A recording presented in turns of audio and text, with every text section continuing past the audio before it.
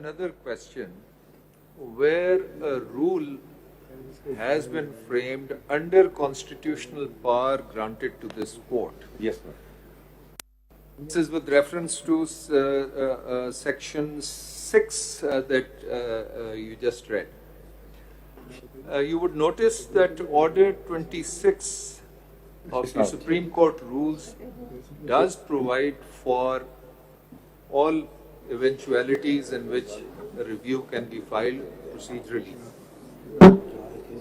The question is where the Supreme Court, in exercise of constitutional powers granted by the Constitution framed rules, the Parliament can legislate and override those rules or amend those rules.